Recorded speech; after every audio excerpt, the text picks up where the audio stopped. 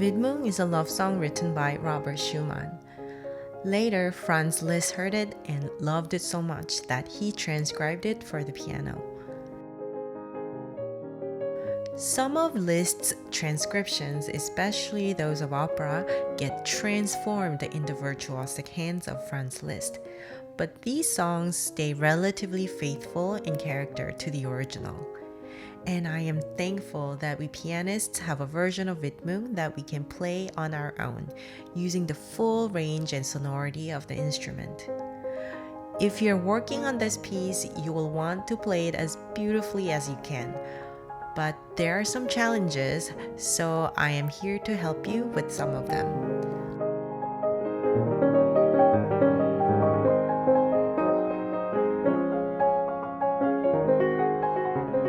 First, promise me that you have at least read the poem and heard the original version with a singer and a pianist at least a couple of times.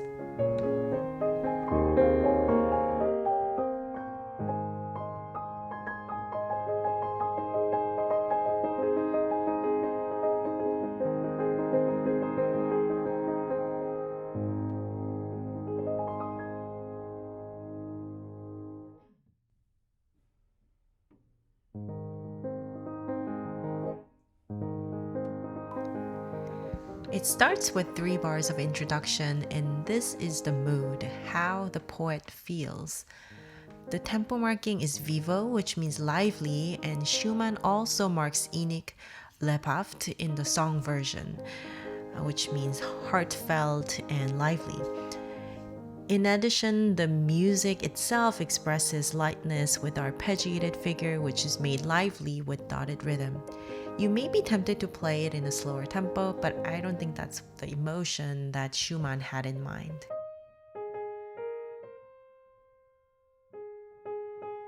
And while the accompaniment continues, the melody comes in on top. Of course, the challenge is to sing it without being disturbed by the technical difficulties of playing all of the other notes together. The first thing to do is to practice it separately like I'm doing here, so you know what kind of shape you're trying to make with the melody. Paying attention not only to volume but the contour will make it sound more singing.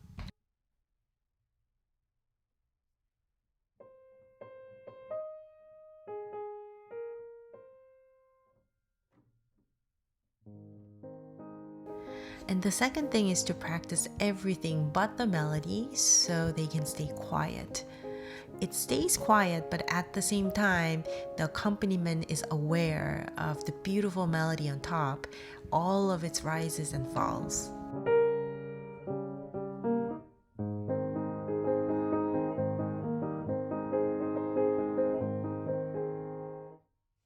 And we need to be pretty careful with the dotted rhythm because it can stick out, drawing attention to itself.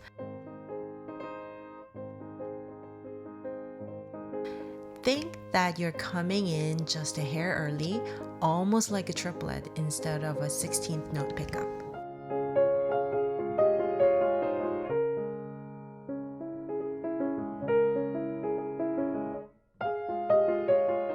Remember how I said the accompaniment is how the poet feels? This note and this note are both B flats, but the harmony underneath it will tell you that these two notes are not exactly the same.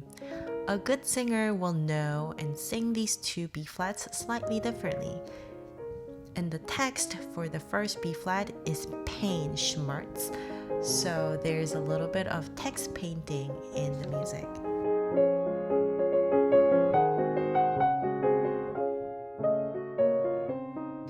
And in terms of shaping the melody, you should know when you're making a crescendo or diminuendo and small inflections. But you should also think about which notes you're moving forward or slowing down. If you want to move forward but it does not sound like it, see if you're accenting any beginnings of fragments. Do the opposite, really start from less and try to grow from it. And the last thing about this first section is that when you play the melody, just really imagine a singer. Faster note values like the eighths also need to sing out, so in no way should they sound like this. Each melodic note has a word that needs to be heard.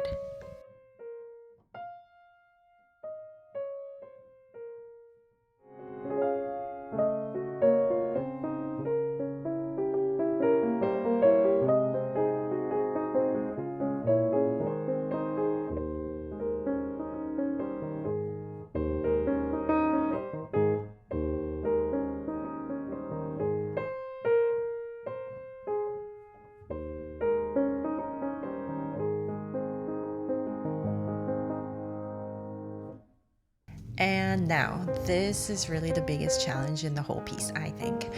Making the left hand sing is hard enough, but it has rolled chords, bass, and the right hand is not helping at all, having to play sixths all throughout. Again, remember, just punching out melodic notes will make it just loud. What you want is contour and shape, so do practice it in many, many, many times by itself.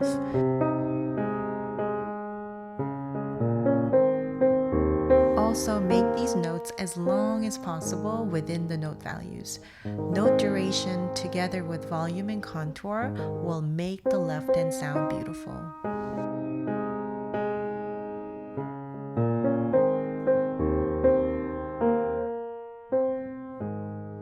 And when you play these rolled chords, you must keep your wrist flexible. So not like this.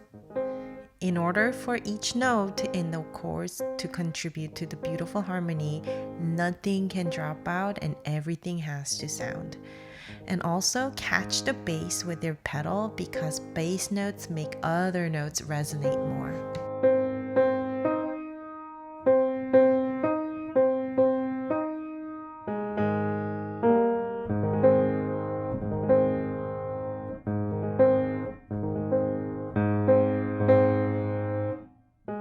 And again, sing the eighth notes.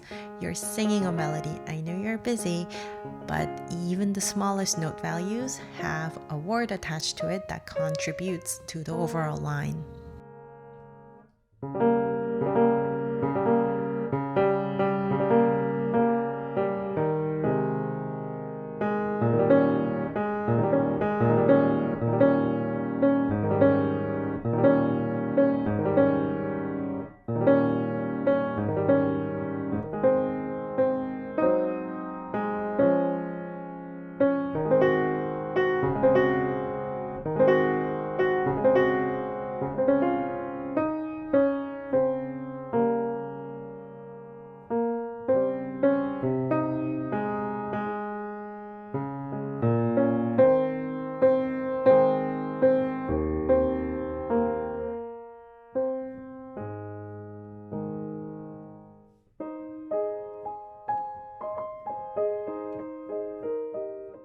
The right hand is so difficult. You do need to practice it again and again. Your number one goal is to make it soft. Then you aim to make it smooth by getting rid of all the accents you're making. I think if you play with flatter fingers, it helps with accidentally accenting notes. Also, I just realized that I'm so trained to bring out the top line in all the other repertoire that I was doing it unintentionally. Of course, in this case, it does not help at all. You may be doing the same thing.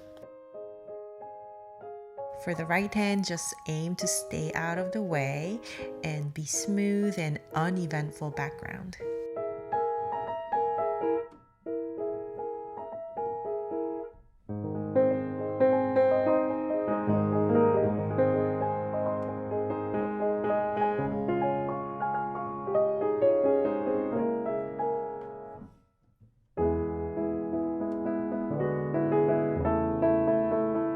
And now we are in the second section.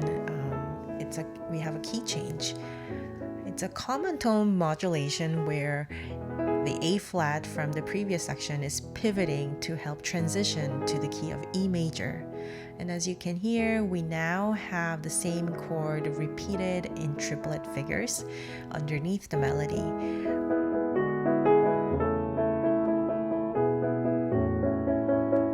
And I think it's a little calmer in the music, but also in the text. It's the part where the poet sings, "You are repose, you are peace, you're bestowed on me from heaven." So if the first part was a bit excited in the most endearing way, we now have a little bit of peaceful feeling.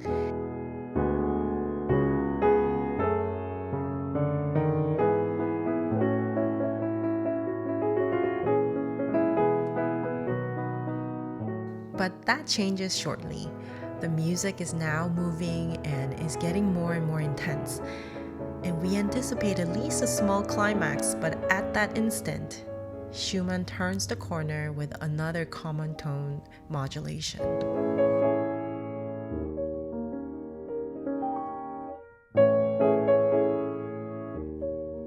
And it is no accident that we feel like the music is suddenly floating, like we are up on the clouds.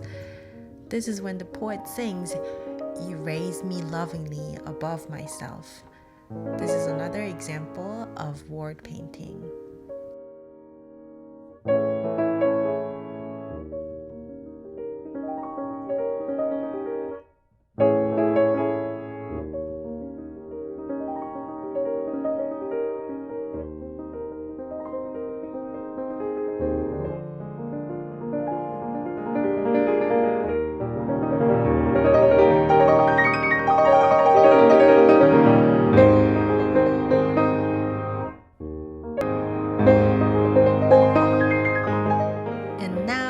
Back with the main melody, which is in the left hand's chords, while the right hand is arpeggiating up and down many registers. This section sounds hard, but it's actually not that difficult to play arpeggios, and the left hand is in chords.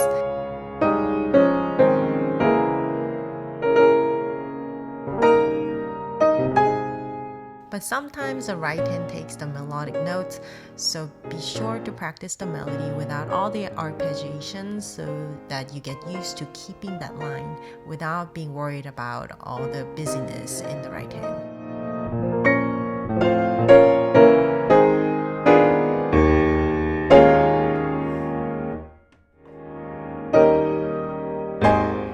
For this last section, just remember to keep the arms flexible. There's absolutely no way you can play these chords with stiff arms.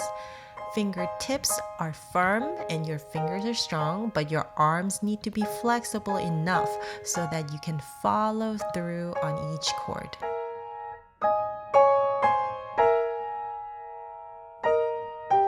And even if you think you're playing all the right notes, you may want to really slow it down and feel how each chord feels in your hands. My hands are not that big, so some of the chords demand big stretches between certain fingers. Practice them slowly so every note is heard without choking.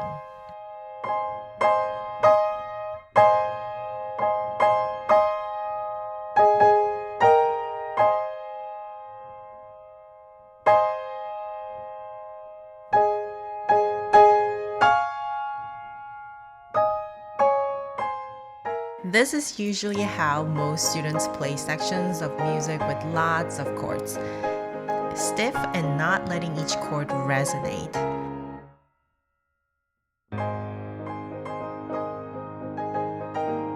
You have to loosen your arms so that your elbows can allow you to follow through after playing each chord. It's not just a downward motion, and your arms are feeling the whole length of the duration, whether or not your fingers are pressing down on the keys. This way, the chords breathe like air flowing through notes sung by a singer.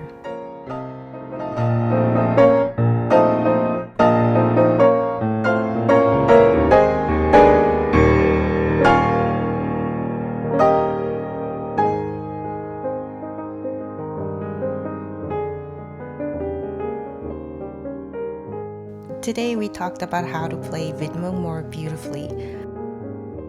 That's it for now, but here's the full performance of the piece for you. Thank you so much for watching.